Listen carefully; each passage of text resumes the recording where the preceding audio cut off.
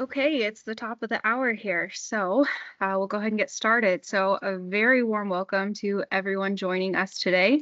I'm Abby Davidson. I'll be your host and moderator for this incredibly insightful session. We're thrilled to have such a fantastic turnout for this topic. It's going to be very, very insightful. I already know it. Before we dive in, just a couple of quick housekeeping notes. Of course, firstly, please be aware that this webinar is being recorded. We want to ensure that those who couldn't make it today or those of you who wish to revisit the content will have access to it. As Sam mentioned a couple of minutes ago, the recording will be available on the AMP website, and you will also get a link emailed to you, hopefully by Friday, at least within a week of this live recording. Secondly, we encourage you to use the chat feature throughout the presentation to submit your questions. We have dedicated some time towards the end of the session to address as many of them as possible.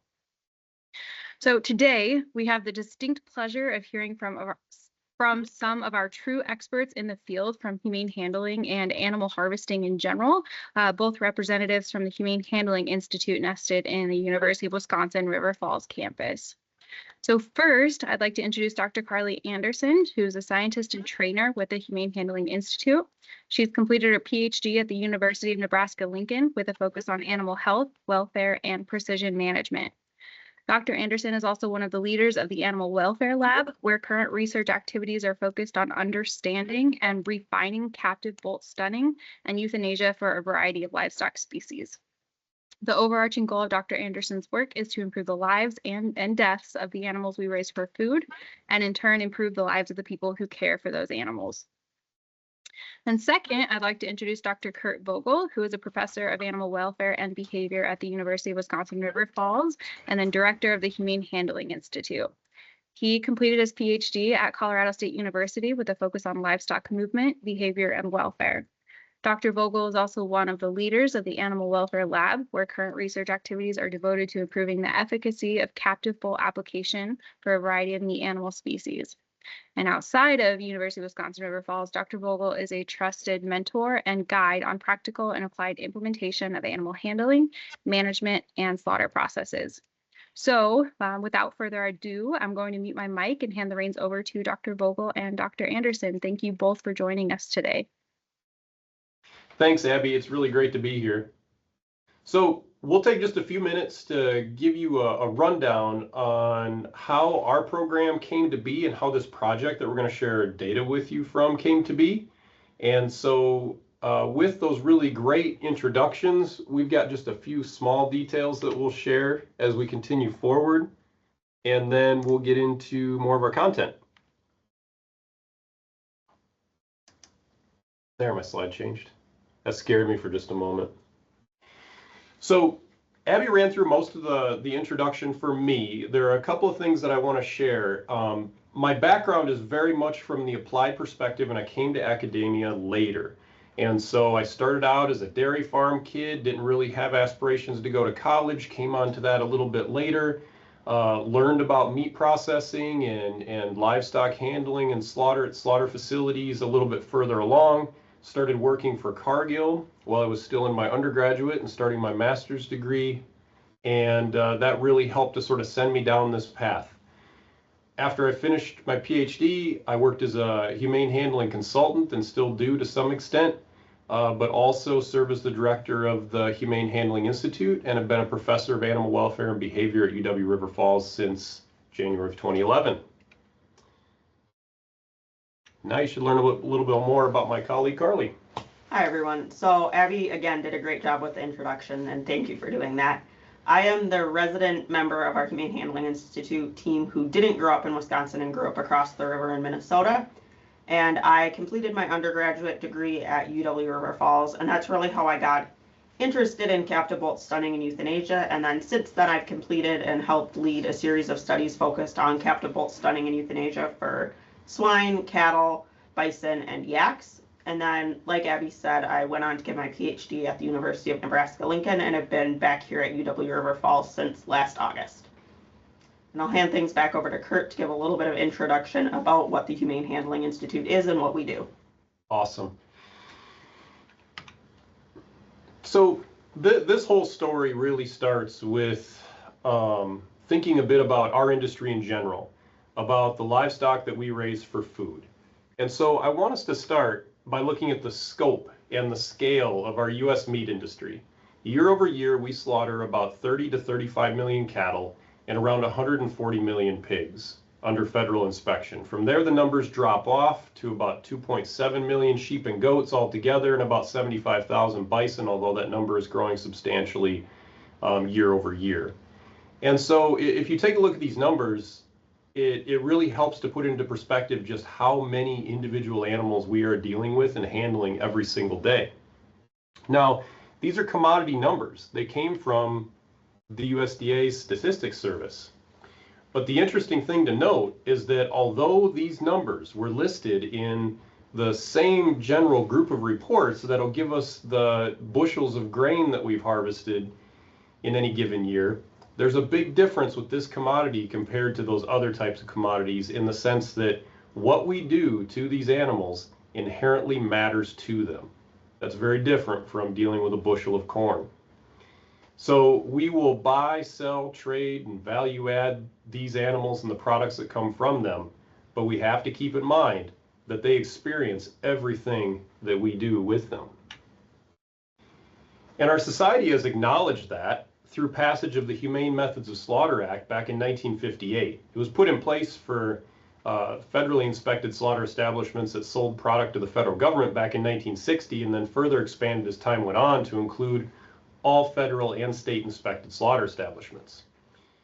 There are several tenets that are included within the Humane Methods of Slaughter Act, but the two core pieces that our audience should be aware of are, one, that all animals must be rendered immediately insensible with a single stun, and second, that no egregious acts of abuse are allowed.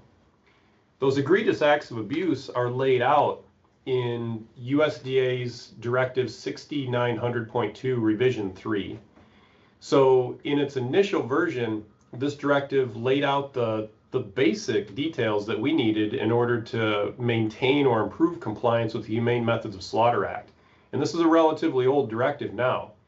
On its third revision, it's gone into much more detail regarding what's considered an egregious act of abuse and also things that we can do to prevent egregious acts of abuse from happening. So, for example, the installation of humane handling plans or systematic approaches to animal welfare. Here are those egregious acts of abuse that are listed. They're not all inclusive, but they list a lot of the common types of egregious acts of abuse that are observed. They include making cuts or skinning conscious animals, beating, prodding, or dragging of conscious animals, driving animals off of semi-trailers resulting in falls to the ground, running or driving equipment over conscious animals, stunning of animals and allowing them to regain consciousness, failing to immediately render an animal unconscious after a failed initial stun. So the big issue with this one is that there's no planned corrective action, that everyone's kind of left like scrambling to figure out what to do next after an animal's not effectively stunned. 2 or more ineffective stun attempts, dismembering conscious animals, leaving disabled livestock exposed to adverse weather, and then otherwise causing unnecessary pain and suffering, which is sort of the blanket that covers any other type of event that could happen that we are responsible for as the people that are handling and taking care of those animals, but is not on the list.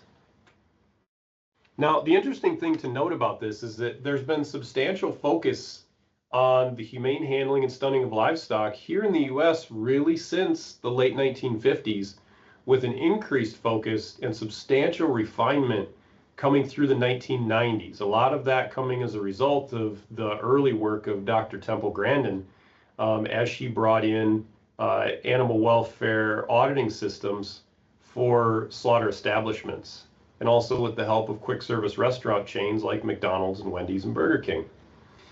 But with that in mind, there were no training centers for humane handling and stunning that existed here in the United States before October of 2022.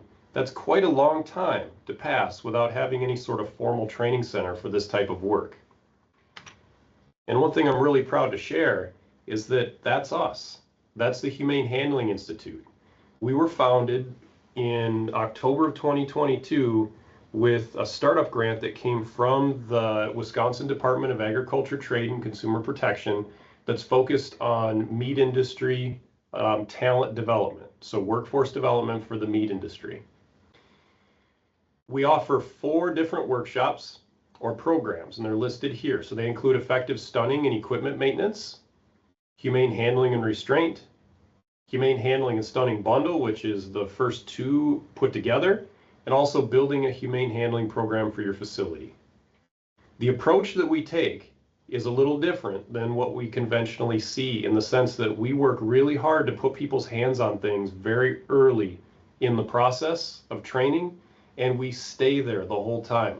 So we have a very minimum number of PowerPoint presentations or slides that will show anybody, but instead we put the equipment in your hands. We encourage meat processors that come to our trainings to bring their equipment with them so we can help them to learn how to better know and service and maintain their equipment. We also get right in the pens with animals, and we move animals, and we mock restrain them, and we mock stun, and we use training model heads that allow us to place ineffective stuns or stuns that are in a poor location so that people can see exactly where that stun would have gone, and then we can teach from that place without having to worry about inducing suffering on the part of the animal that we'd be training on if we were dealing with live animals. So we're really proud of the material that we've built, the direction that we're heading, and we also really appreciate the support of the state of Wisconsin, because for all Wisconsin-based slaughter establishments, the Wisconsin Department of Agriculture, Trade, and Consumer Protection completely covers the cost of the humane handling and stunning bundle training. That's a 2-day workshop, and also the building a humane handling program for your facility. It's important to note that with our humane handling program development workshop, people come in with pictures and other information from their establishment, and they leave with a completely finished and fully functional humane handling program that's really on the fast track to robust status with FSIS. And so this is something that our colleague Ashlyn Kirk has put a lot of work into building, and most of the people that come through our program that take that program really rave about the experience that they have with it. So if you're somebody that's from an establishment that doesn't have a humane handling program, or you'd like to tune that up, please reach out to us. If you're looking for training, also, please reach out. We're happy to help. So at this point, I'm going to pass things off to Carly so she can talk to you more about the Teachable Moments project. I just want to give you a little bit of background on that before I do, though.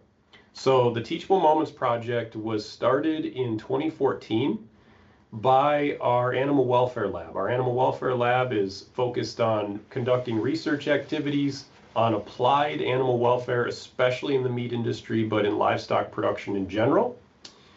And what we do in this project is we read and analyze all of the Humane Handling Enforcement Action letters from the FSIS website every year. Over the years, we've observed some very consistent and common themes that help to guide us in the development of the Humane Handling Institute and the direction of the things that we research and the outreach that we develop. And so with that, I'll pass it off to you. Sounds great.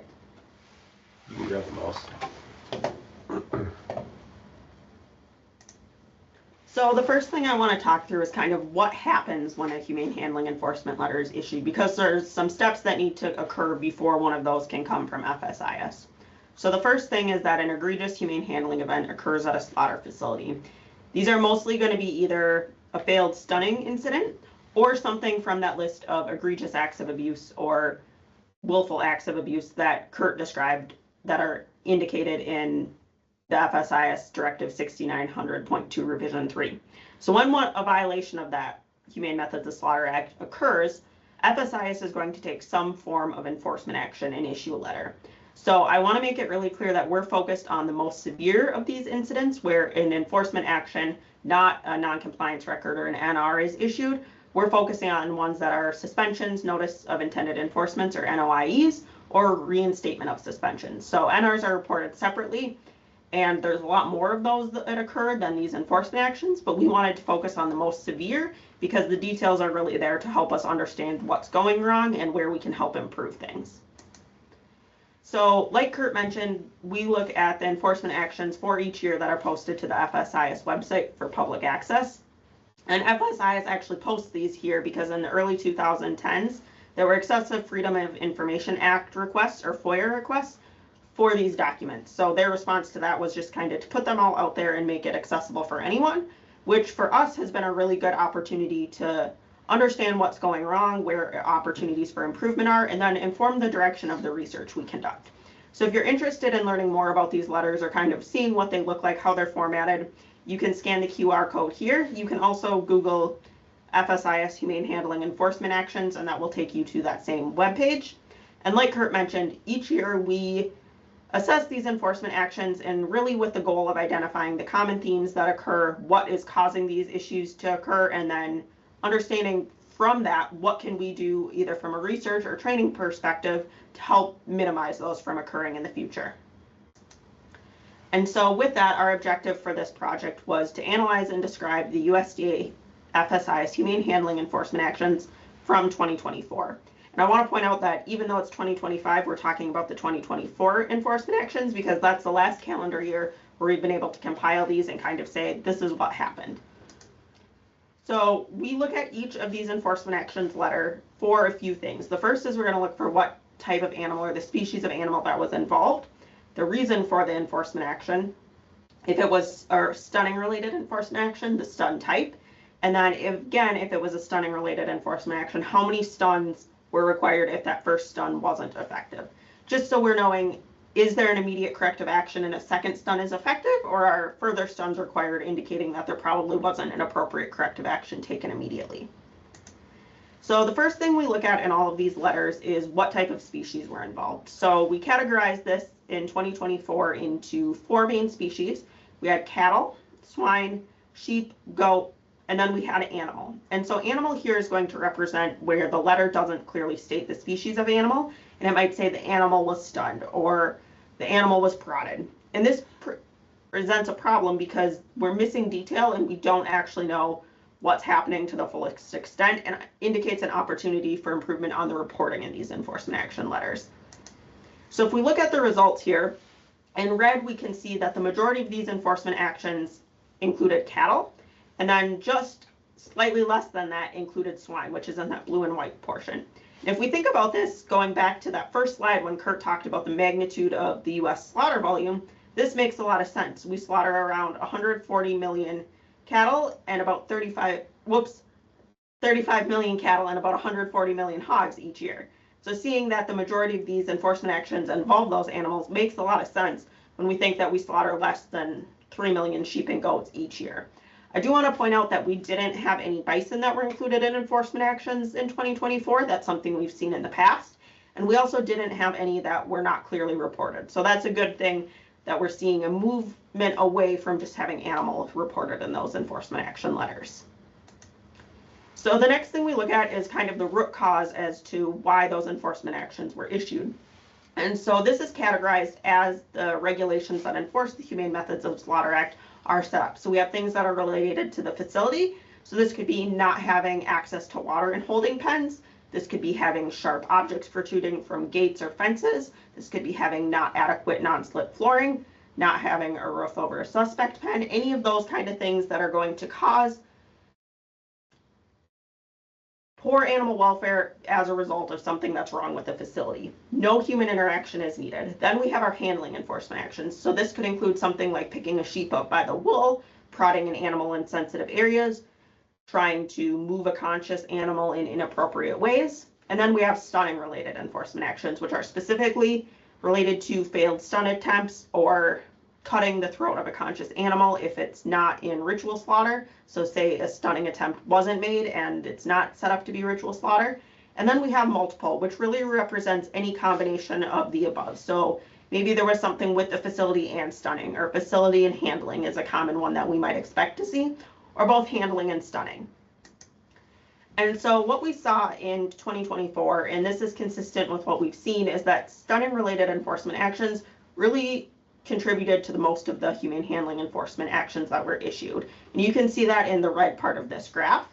And then we saw the next chunk of them were contributed to these multiple reasons. And we'll dig into what those were specifically. But what I do want to point out is we didn't have any facility related humane handling enforcement actions in 2024. And this probably indicates that we're doing a pretty good job of making sure we're meeting those requirements as far as having non-slip flooring, making sure animals have water in the pens, making sure gates are maintained well. But really where we need to focus on is where people are interacting with animals, whether that's in handling or with stunning. And so if we take a closer look at those enforcement actions that had multiple reasons, we can see that in 2024, based on this red and white pie chart, all of those involve both stunning and handling. So a lot of the times this would include something where an animal was ineffectively stunned and then an appropriate corrective action was not taken, and there was a handling incident that went on after that failed initial stun attempt. So this might be the initial stun attempt was failed, and then an employee attempted to stick the animal or did stick the animal or ignored what should have been done. So that's just an example of what those enforcement actions might look like. So what I really want to drive home here, though, is at first glance, it looks like around 70% of the enforcement actions from 2024 involved stunning. But when we zoom in on those multiple enforcement actions and take a closer look, it's actually 89% of them that involve stunning in some capacity. So this makes it really, really clear that stunning is really where we need to focus our attention. And then following that, we need to focus our attention on handling. So when we looked closer at the enforcement actions that involved stunning, whether they were stunning only or stunning and handling, 2 to 4 stuns were required to render most of those animals insensible. So on the y-axis of this graph, we have the number of enforcement actions, and then on the x-axis, we have how many stuns were taken in order to render an animal insensible. So we can see that the mode here, or where most of these were occurring, is 3 stuns. And if we think back to that list of egregious acts of abuse, we know that 2 or more failed stun attempts is listed on there, as is an initial stun attempt without a planned corrective action. And if we take it even a step further, we know that the first key component of the Humane Methods of Slaughter Act is that all animals are immediately rendered insensible with a single stun before further slaughter procedures can occur. So this is telling us that we have a lot of room for improvement, especially when we think about having 5 stun attempts, because that's really telling us that appropriate corrective actions weren't being taken, and that we probably didn't have the appropriate stunning tools or training for the employees doing that job. And so when we're looking at these stun failure attempts, then it's really important to understand what might have gone wrong. So we categorize these into 4 categories. We have equipment. So this could be things like if the letter describes there were damp cartridges for captive bolt stunning, that's going to lead to an ineffective stun. Or if you had rusty or dirty wheels on an electric stunner, again, not going to lead to an effective stun. Then we have placement, and this is something we see often with mechanical stunning, and they'll actually describe how the heads were skinned, and then maybe where the stuns were placed on that animal's head. And you can say, knowing what is a recommended stun placement and what's likely to be effective, that yeah, the placement was really what was going to contribute to that failed stun attempt. And then restraint. So we'll look at some examples of this later, but if you don't appropriately restrain the animal, whether that's body restraint or head restraint, it's going to be harder to place the stun no matter what type of stun you're dealing with. And so if the animal's freely moving around and you attempt to stun that animal, it's likely to contribute to a failed stun. And then we also have time to stick. So this indicates that an initial stun attempt was successful, but there was too much time between when that animal was stunned and when they were bled out, and they actually regained consciousness during that. An example of when you would see this probably the most often is if you were using head-only electrical stunning, because in that situation you have about 15 seconds maximum between the time of the stun and when that animal needs to be bled out. And then if the letter clearly didn't tell us which of these reasons, or we didn't have enough information in the letter to decide which reason, we categorized it as not reported. So when we look at this, we can see that the majority of these enforcement actions related to stunning didn't actually have a clear reason reported for why they occurred. And you can see that in the red portion of this graph. But when we shift our focus to the reasons that were clearly reported, we see that placement accounted for the majority of those stunning-related enforcement actions, followed by restraint. And I do want to point out that there's a relationship between these two. So a lot of times in the placement described enforcement actions, they might tell us that there wasn't head restraint, but it ultimately comes down to the fact that there was a placement issue as indicated by looking at the head of the animal.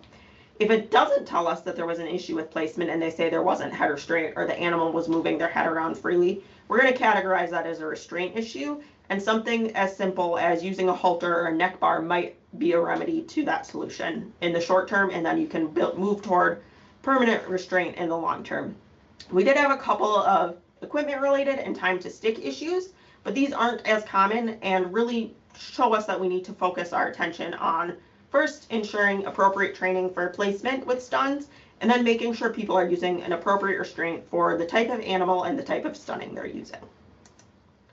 And so with that, we wanted to look at what types of stunning were actually being used and which are connected to these enforcement actions. So as it's categorized in 9 CFR 313, which are the regulations that enforce the humane methods of slaughtering, we have gas stunning, which is going to be carbon dioxide, and we see that used really only for pigs. And as a reminder, the Humane Methods of Slaughter Act doesn't actually cover poultry, which is why we haven't discussed them yet. And then we have electrical stunning, which we see really used for pigs and sometimes sheep, although we don't recommend that be used for sheep because their wool can act as an insulation and lead to ineffective stuns. And then we have mechanical stunning, which would include both gunshot and captive bolt. And then we have no stun. And I want to pause here and point out that no stun should really focus on ritual slaughter. However, sometimes we see things where animals are stuck without an effective stun, and so in those situations, we're going to categorize those as no stun. So in 2024, we saw that the overwhelming majority of stunning-related enforcement actions involved mechanical stunning. So this makes sense because mechanical stunning methods, whether gunshot or captive bolt, can be really used on any species of animal. And we see that indicated in stunning guidance from the AVMA, as well as the Meat Institute and species-specific organizations. And then we saw that electrical stunning was the next most common. And we didn't see any carbon dioxide stunning related issues, but we did have 3 of the 56 stunning related humane handling enforcement actions where there wasn't actually a successful stun attempt included, which indicates a real need for improvement and refinement of methods. So when we think about mechanical stunning, there's 3 methods that we see in these enforcement actions. We have captive bolt, which can include either a pneumatic captive bolt, which is what we're going to see used in large beef plants for the majority of animals. And then we have 2 handheld captive bolt types, which you can see on the right side of this screen. So on the top, we have an example of an inline or cylinder type or type C penetrating captive bolt. And those are going to be a long rod that come into 2 pieces that you actually have to put together in order to fire the captive bolt. And then on the bottom, we have a pistol type captive bolt. And visually, these look very different, but they also act in a different way. So all pistol type captive bolts are going to be self-retracting, where the bolt will automatically retract back into the barrel after it's fired. And what this does is it really limits the bolt travel distance, or how deep into the brain that bolt can penetrate. And so our recommendation is that for all species, really except for sheep that don't have thick horns, is to use a free flight captive bolt like the one on the top. However, just because a captive bolt looks like the one on the top doesn't mean that it's automatically going to be a free flight where there's only 3 buffers and that bolt has to be manually reset after each stun. And then we have gunshot, and then some letters don't actually indicate whether a captive bolt or gunshot was used and simply say the animal was stunned or the animal was shot. And if it says the animal was stunned, it probably talks about a hole in the head. I do want to point out that we don't distinguish between types of captive bolts that are used, because some will just say the captive bolt, some will say the handheld captive bolt, some will say the air captive bolt, and it's really broad how they're described and varies between FSIS districts. So when we looked at the reasons for mechanical stun, though, captive bolt contributed to the most of them, and then we saw gunshot following that up, and then there was only one where it wasn't clearly reported whether it was a captive bolt or gunshot that was used. And so with that, I'm going to hand it over to Kurt to talk through an example of what these enforcement actions look like and how we can learn from them. All right, so thank you for the summary, Carly, of the research that we've done. The step I'm going to take with this is to walk through really the core of one of these humane handling enforcement action letters. So when these letters, when you read these letters, if anybody takes a look at them that's in the webinar today, what you'll notice is that there's a relatively common format to these letters where they start with a preamble that explains like the specific laws and regulations that are involved in the action that was taken. Then there'll be a description of the event that occurs. And then after that, there'll be a little more description of the next steps that'll happen. And so that's the basic layout. And so for this, what we're going to do is just focus on the core of the letter that describes the event that occurs. And so this is real text from one of these letters. I'll read this to you and I'll call out the important pieces that are included in this letter. And so let's go ahead and get started. Consumer Safety Inspector, CSI, observed the following non-compliance. She observed the first steer knocked for the day. The stun operator climbed onto the gate of the knock box and reached through the railing of the gate to administer the knock. This knock box did have a head catch, but it was not operable at the time. So in this case, the important information is that the knock box had a head catch, but it was not operable at the time. Let's move on. The knock was administered, the gate was opened, and the animal was hoisted. As he was being hoisted, CSI noticed his eyes were blinking and he was breathing out of his nostrils. He was also thrashing and attempting to right himself. This was an animal that was not effectively stunned. So the important information here is his eyes were blinking and he was breathing out of his nostrils. He was also thrashing and attempting to right himself. When any of these types of symptoms are observed, this is a case where plant personnel should immediately apply a second stun. When you see signs of return to consciousness, this is a case where you are dealing with a second stun. That shouldn't be confused with what's called a security stun or a security knock. A security stun or a security knock is a routine second application of the stunning device after a first effective stun. In our establishment here at the university, we do that on every single bovine that we slaughter. And that has helped us quite a bit to make sure that we don't have to deal with issues with animals returning to consciousness or putting us in that gray space of, are they returning to consciousness? So when you effectively apply the security stun, that really helps to prevent those types of things. It also makes shackling safer as well. The carcass tends to relax quite a bit more after that security stun. So let's proceed. An employee then proceeded to stick the animal. The steer continued to blink spontaneously but did not vocalize. Do keep in mind the last piece that we just highlighted. Those were signs that that steer was returning to consciousness or in fact conscious. This whole point is very important. The employee proceeded to stick the animal. That's not an appropriate corrective action to take in that situation. The appropriate corrective action is to apply another stun immediately. The steer experienced that cut. The steer continued to blink spontaneously afterward. After this, the stun operator then turned to CSI and asked if he should administer another knock. This is also a very important piece of information. It's very important that plant personnel are trained, especially stunning operators, are trained in what they should do if a stun fails, because that's something that is reasonably likely to occur. It can happen. And so the stunner operator needs to know exactly what their corrective action is so they waste no time in carrying out that corrective action of applying another stun. In this case, turning to the inspector and asking, what should I do, is not the appropriate corrective action to take, because it's not the inspector's responsibility to tell the plant how to do the work. And in fact, there have been humane handling enforcement actions in the past where the inspector has asked the plant to stop, they've called their supervisor, and then came back and said, you should stun that animal. That's just entirely unacceptable. What needs to happen here is that if the first stun was not effective, the animal has to be rendered unconscious. So we have to apply another stun right away. Moving forward, CSI told him that he should have administered the second knock prior to hoisting and sticking the steer. The CSI affixed U.S. retain tag on the door of the knock box. The establishment does not have a robust systematic approach to the humane handling of livestock.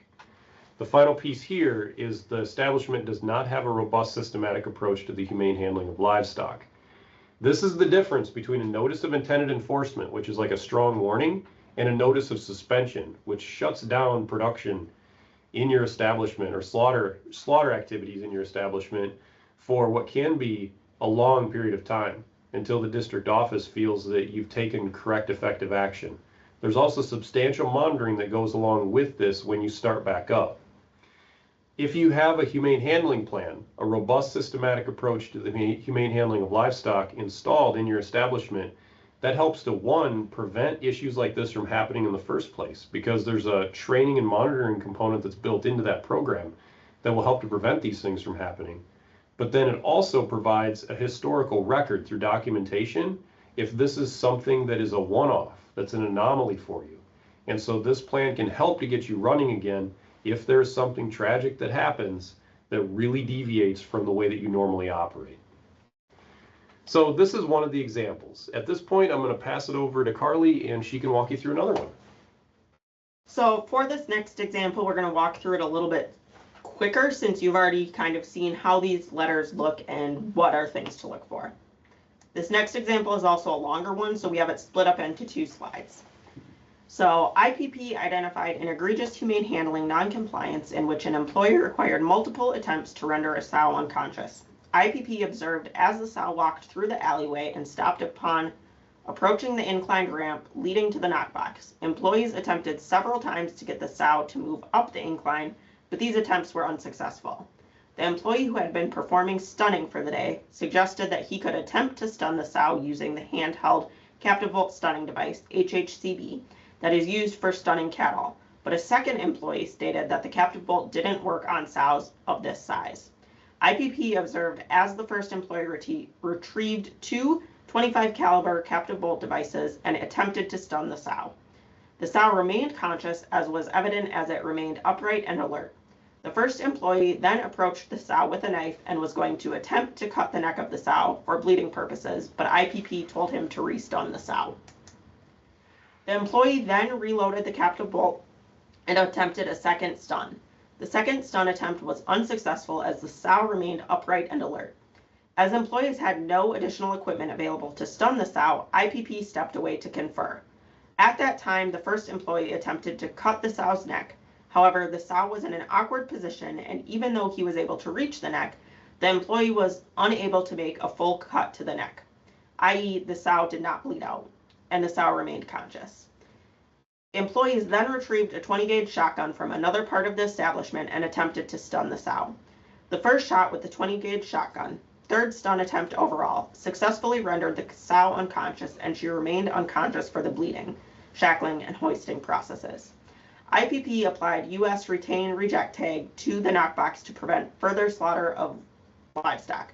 The IPP notified the establishment personnel of the suspension of the assignment of inspection. So we're going to go back to that first slide and talk through a few of the key pieces. It first describes that the employees attempted several times to get the sow to move up the incline, but these attempts were unsuccessful. So this could be a case where maybe we have a fatigued hog, which are something unique to pigs where you can simply give them time to rest and then they'll recover and be able to ambulate or move better. Or this could be a situation where this sow should probably be euthanized in the barn and not trying to get her up to the knockbox. The second piece here is that the handheld captive bolt stunning device is used for stunning cattle, but a second employee stated that this didn't work on sows of that size. And this is really important to recognize that sows, as they age, they develop a lot thicker of a skull, and specifically it's some airy sinus pockets. So market hogs might have like 1 inch to 1.5 inches of bone that the bolt would have to travel through in order to reach the brain. But in sows, that can be close to 4 inches, which could potentially exceed the bolt travel distance of this device. And that's probably what we're observing here. And so then we see that the sow was stunned once, but she remained conscious and she didn't even collapse. She was upright and alert. And so the next place something goes wrong here is that the first employee approached the sow with a knife and was going to attempt to cut her neck. So if we think about this, cutting, hoisting anything to a conscious animal is an egregious act of abuse. And so we're seeing that. And then we also noticed that IPP had to step in and actually tell the stunner operator to restun the sow. So then when we see the same stunning tool, a 25 caliber captive bolt was used to attempt to stun this sow again. And again, the sow remained upright and alert. And so this is telling us in this situation, if a similar tool is ineffective for stunning an animal, you might need a more powerful tool. You should check your equipment to make sure it's working. And if one tool is not working, it's also likely that the second tool of the same type is probably not going to work for that animal. And then the next piece is that there was no additional stunning equipment on the kill floor, and so someone had to walk away. And during that time, the first employee attempted to cut the sow's neck and actually did make a cut. He just couldn't fully cut the sow's neck. And so this is directly making a cut to a conscious animal, which again is on that egregious acts of abuse list. And then the last piece here that's really important is that they had to go outside of the kill floor to another part of the establishment to get an appropriate stunning tool for that animal. And then with that, their stun attempt was successful, but really making sure you have appropriate backup on hand. In this situation, the second employee that said this doesn't work on sows of this size maybe should have gone and got the shotgun right away so that they had that on hand, even if the first employee was set on using the captive bolt. So again, we see that there was a retain tag attached, and there's no indication of this situation whether it was or wasn't a plant operating with a robust systematic approach.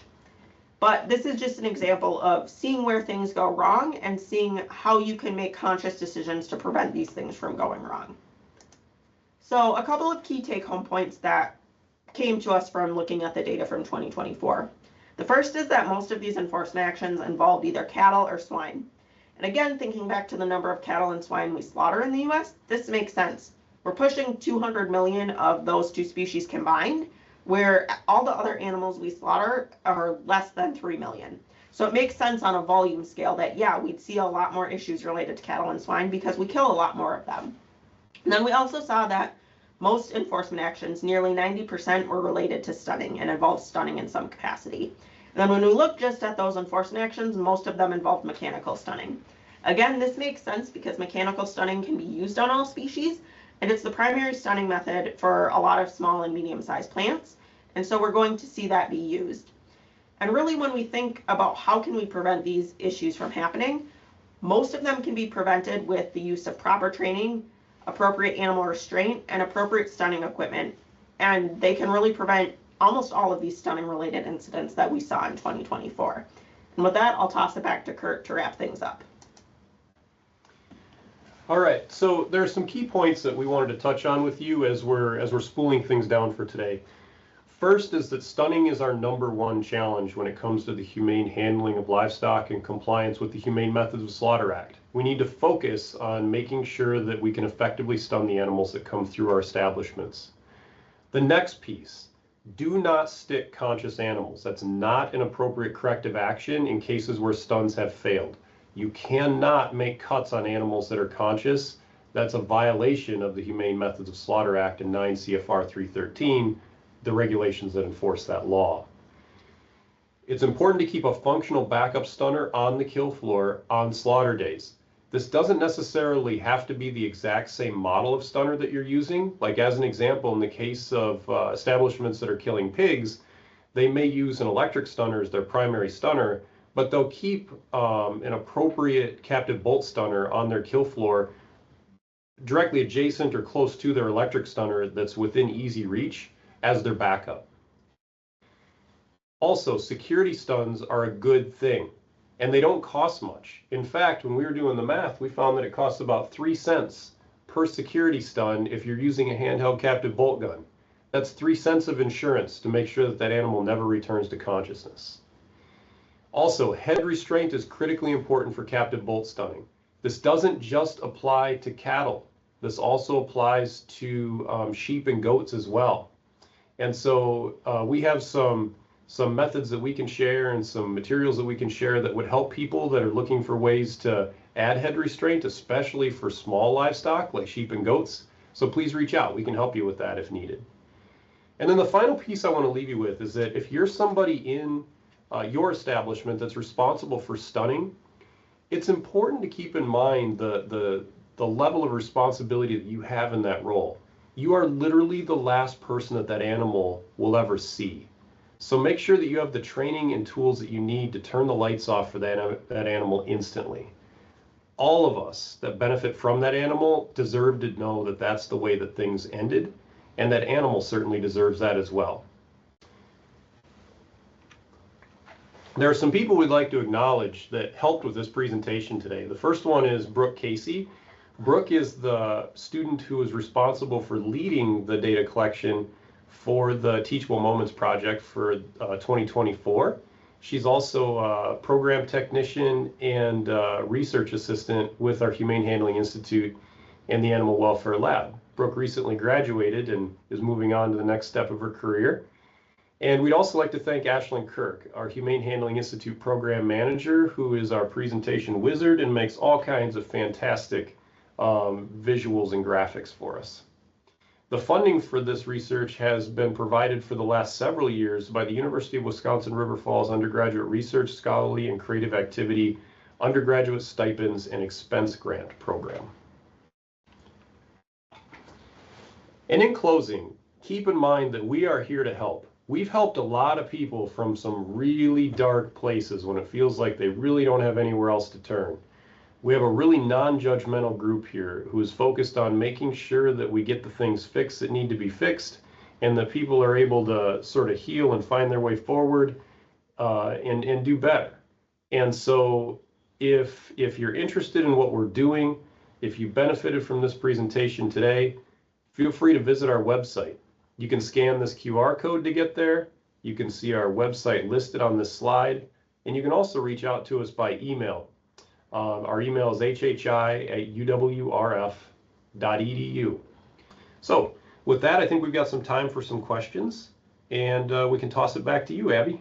Yeah, thank you guys. Thank you both. Your knowledge and what you guys do at the Humane Handling Institute is second to none. There's no place to go to find answers to questions in relation to humane handling, and I can say that firsthand as I was able to participate in one of the courses earlier this year. So thank you both. In topics with the Humane Handling Institute, Nelson did have a question he posted here in the chat section. Has past attendance or registration to the Humane Handling Institute helped resolve NRs or suspensions or other enforcement actions? And are you able to vaguely talk about maybe a specific or vaguely talk about an example that you could share with the participants today? Yeah, that's a good question. I can take that one if you're okay with it. So Nelson's question was focused on if attending our trainings has helped people to deal with enforcement related actions. So whether that's going to be NRs or notice of intended enforcement or suspension. And yeah, it has. So it seems like in about every workshop that we offer, there's at least one establishment and usually more that have been dealing with like a rash of enforcement action related issues regarding humane handling. And that's like why they're with us. And so one thing that we learned early on, actually with the very first establishment that came through our program that we built our first humane handling plan with, is that we learned that we were sort of like the folks holding the lantern that could help them to see the way out of the darkness a little bit. And I can tell you that I don't think this is hyperbole. Like we've seen this again and again and again where we'll have establishments that come in and they're kind of begrudging about it at first, like I'm here because, you know, FSI has told me to, or my state inspection bureau told me to. And it doesn't take long before they're engaged in the process and can really see the way forward. So I hope that helps a little bit. I mean, if someone's in a dark place, we would love to see them, and we don't judge either. Perfect. Yeah, and again, firsthand experience there. The attitude and the environment at the Humane Handling Institute is one, like as Kurt mentioned, just very non-judgmental, and it can definitely change the perspective of those in attendance in relation to humane handling and animal handling in the establishment. So personally, I can't recommend it enough. Next question here is that with the teachable moments analysis you've done, have you been able to potentially reach out and work with those companies with severe enforcement actions? So that is a really good question. And we haven't specifically reached out to any plants that have had these enforcement actions. But what we kind of do is we encourage any plants who have had these issues to come to us. And we have had at least one plant who wrote in their response to FSIS, so that ultimately got them out of their enforcement action and their suspension, that they were going to come to our workshop as part of that training process to get their people back in so that they could have operational slaughter again. I'd like to add just a little bit to that. I've had a few cases over the years where I've been like at industry events or seminars, and someone will like quietly come up to me and they'll start talking about their enforcement action. And most of the time it's difficult for us to remember like individual cases because we read over 70 of these every year. But yeah, my point is that yeah, there are people that seem to kind of seek us out after things like this happen. And that's a good thing because then we can help them.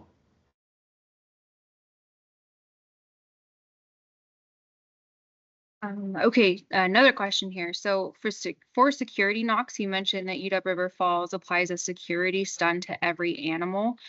Do you recommend that for small processors who are trying to prevent a humane handling issue, or do you think that small processors should keep that in their back pocket to apply as a corrective action if a humane handling incident occurs in the future? That's a great question. We recommend that for everybody.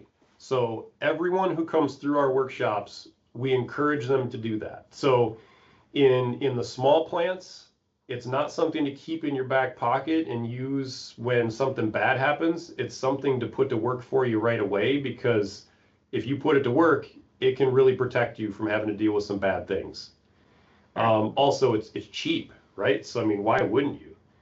So the thing that led us there, just to give a little bit of a backstory on this, is for those of you that have worked around university meat plants before, you have seen this happen where an animal will be brought in for like a meat science lab, and you'll have like 20 students standing around watching, and somebody stuns, and then you're quickly trying to like place that stun, get the animal rolled out of the knock box and shackled and hoisted and bled. And there is no teaching that can happen during that period of time because you have to rush from stun to stick. And so the difference maker for me was I wanted to be able to slow that down and give our students a chance to come in and check for signs of insensibility, like literally tap an eye for a corneal reflex. I wanted to make sure that we weren't going to deal with a wild shackling. And so we went to doing that, slowed the whole process down, and we could teach during that time. And so there are secondary effects to this, though, that we didn't think about, but we saw later. Like, as an example, there's a larger plant that we've been working with recently that had just a terrible time with blood splash in their fed cattle. They were losing thousands of pieces every week due to severe blood splash. And we suggested that they try using security stun, because it seemed like their carcasses weren't relaxing very much at the point of sticking. And so we put that into place, and it dropped to about 20 pieces a day that they're losing to blood splash compared to thousands a week. So that's one of our favorite success stories, but I can't emphasize enough the importance of applying a security stun on all cattle. I think it's a good idea. One thing to add to that too. So if you decide to move toward a security stun, it's really important to have an open and honest conversation with your inspector about the fact that you're doing that, and invite them over to come check in sensibility after that first stun. Make sure that they're comfortable that it was effective, and then apply that security stun. The other thing that this does is it essentially effectively euthanizes that animal. So when we look at cattle euthanasia guidelines, they have a second captive bolt attempt as being the kill step. So the job of the first step is to render that animal insensible, and then you would apply a second shot to make sure that animal's dead. So when we do that in the knockbox, that's essentially ensuring that animal's dead, and then you bleed that animal out later, which would normally be the kill step, is that exsanguination. So essentially you're giving yourself a lot of time to leave that animal to kick out in the knock box, to have someone come and check for insensibility. The other thing about security stuns is they're also a really great low-risk way to introduce someone to stunning an animal that's in the knock box. So you can have them come over with that captive bolt. If you're training someone new, apply the security stun, because there's still a head in that knock box. You can still check for absent corneal reflex the way you can't on a model head or a cadaver head. Very helpful. So not only the smaller part of increasing product quality, but also being able to control in many different avenues what's happening and the process. And that, I would say, is not an industry standard up to this point. So that's phenomenal. Moving on, is there an outcome difference in terms of effective one-shot stunning between cartridge versus pneumatic stunning? It's a good question. I don't think there's data on That is a that. good question. There's not data on that. It would be an interesting thing to collect data on, though. Yeah. And a lot of it probably has to do with not necessarily the stunning tool that's being used necessarily, but the type of animal, the training the stunner operator has had, the condition of the tool, probably more than the tool itself, would be my guess. There's quite a few questions here on security stuns in the chat section, and it sounds like we probably could have a whole webinar alone on security stuns. But next question, do you see a lot of security stuns when electrical stunning? Can I take that one? Yes, please. Okay. So with electrical stunning, is this, I'm going to answer this in the context of a small plant. So in the case of small plants, what we recommend is that you do a 2-step head and then chest or heart stun. And I think most smaller processors are using this already, but you apply your typical stun to the head, and then you follow that with the same stunning wand with the same settings to the chest of the pig as close to the heart as you can possibly get. And so what this will do in most cases is cause the heart to go into a state of fibrillation where it's just twitching but not beating rhythmically. And when the heart's not beating rhythmically, blood pressure goes to 0 and you don't have to worry about return to consciousness. So it buys you more time to get a stick applied. So if you're set up correctly, that process will get the job done for you, no problem. There's nothing wrong though with applying a captive bolt shot. If you've had like issues with electrical stunning in the past, or you just struggled to trust it, apply your electrical stun to your pig and then go ahead and apply a captive bolt shot. That's fine. There's absolutely nothing wrong with that as long as that initial application of the electric stunning wand effectively stuns the animal. How specific do you need to be with writing out those security knock measures in your robust humane handling program? Yeah, so what you'd want to do in this case is you'd want to lay out your primary method. So your primary method is probably going to be head and then chest. And then you can also describe what your secondary measures would be. And so that's where you would describe your application of your captive bolt stun as well. Right. Does the security knock, and in parentheses, this is captive bolt, need to be placed in the knock box? I'm assuming that might be employee safety as well, but what, answer that however you'd like. Yep, that's a good question, Abby. So that really depends on the establishment, because for a lot of places, they may be knocking in a box where you can't reach the animal once they initially drop. If they're like stunned in a box that's outside the kill floor, and then you can't access the box until the door is opened on the side of the box. So in that case, you want to make your decision based on the safety of the person who's doing the stunning. So if you can't access that animal from outside the box after they have collapsed, then you should not send somebody into that box. But instead, you should probably apply as soon as you safely can after that point. To add to that, this is a place where adding head restraint makes that easier, because when you have head restraint, that animal's head, even if their body drops, is going to stay up in a position where you can apply the security knock easily. Yeah, and safely. We can't emphasize enough the importance of head restraint. Like it prevents the vast majority of issues when it comes to captive bolt stunning for cattle. Okay. Last question here, and then we're going to wrap up for the day. But the question is there a place where the fake beef heads can be obtained for new employees to practice? And do you think this is a good idea? And then also in the comments, it did just mention that recommending freezing heads to work on can be used as well. So fake heads, do you recommend it? Do frozen heads work just as well? What are your thoughts? Do you want me to go or you go? Kurt will explain the model heads, and I'll talk about freezing heads. Fantastic. Okay, so with the model heads, yeah, there's a company that makes them called VSI, or Veterinary Simulators Incorporated, I think, in Canada. And when we got ours, it took us quite a while to get the import documentation all done to get them into the US. And they're relatively expensive. So yeah, they're commercially available, but somewhat cost prohibitive for folks to just have hanging around. And then as far as saving cadaver heads, so that's a really, really great training tool. However, if you're going to have someone apply a captive bolt as part of their training process on a cadaver head that you've saved, it's really important that you either refrigerate that head for a little bit of time, or you freeze and then let the head thaw. I would not recommend shooting a captive bolt into a frozen head. That's a really bad idea and a good way to potentially get someone hurt. The other thing that's really helpful to do with cadaver heads before you ask someone to start placing stuns on cadaver heads or security knocking is split one open on a bandsaw so the person who's doing the stunning or you're training to stun can actually visualize where the brain is. And then I'd encourage you to check out our website because we have some pictures of the specific structures within the brain that you're targeting when you're actually going to stun. So like I mentioned the thalamus earlier, we have pictures that show where that thalamus is located within the brain, and that for cattle is about the size of a quarter. So you go from thinking about the whole head to the brain, which might be about the size of a fist, to then the specific target that's about the size of a quarter. Mm-hmm. Perfect. Great. Okay. Well, that is all the time we have today.